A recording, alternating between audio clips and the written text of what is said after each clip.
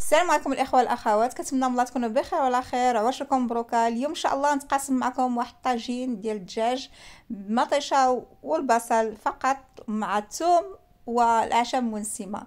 من بعد ما غسلت الدجاج ديالي، كلشي كيعرف يغسل الدجاج، انا كندير ديما الحامض والسكينجبير والملح، وخليته غسلته مزيان، خليته السقطار. من بعد شرملته التشرميله. شنو درت فيها واحد معلقه كبيره ديال الشاونيه او التحميره، زائد معلقه صغيره ديال البزار، الملح، نص كاس ديال الزيت البلديه. مزجت ديك العناصر كلها، حركتها مزيان. من بعد شرملت مزيان ديك الدجاجات تحت الجلده ديال الصدر، مع دخلوا مزيان الشرميله في الدجاجه وخليوها.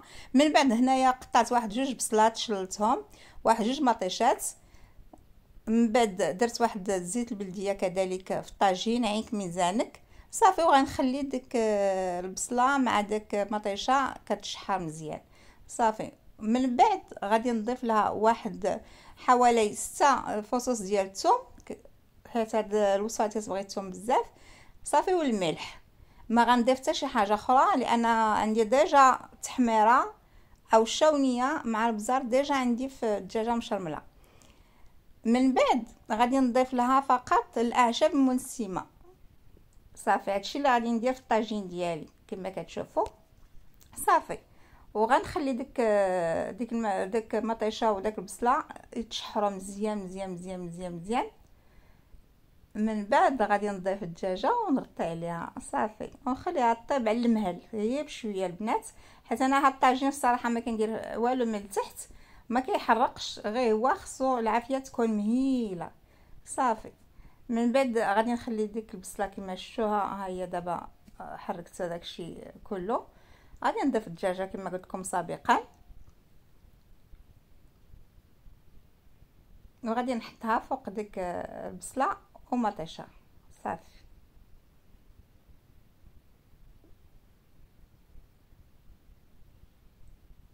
هانتوما كما كتشوفوا البنات، غادي نغطي عليها ونخليها وطيب على المهل. من بعد غادي ناخذ واحد لاطه او واحد المول اللي كيدخل الفرن، ندهنو مزيان بالزبده. هنا الدجاج راه طاب ليا، غادي نهز ديك الدجاجه، غادي نديرها في داك المول، وغادي ندهن ديك الدجاجه بشويه ديال الزبده فقط، ما ندير لها حتى شي حاجه صافي. وغادي ندخلها تحمر في الفرن. هانتوما شفتوا راه هنايا راه كتقلى ليا ديك البصله ومطيشه كما شفتوا، وهنايا ضفت الزبده فوق الدجاج ودخلته للفران صافي تيشد اللون ديالو. وغادي نخرجو وغادي نحطها فوق ديك الدغميره ديال الطاجين صافي، وغادي نقدمها بالصحه والراحه. وكنتمنى من الله تعجبكم هذه الوصفه، والى فيديو اخر باذن الله. كانت معكم دنيا شانيل.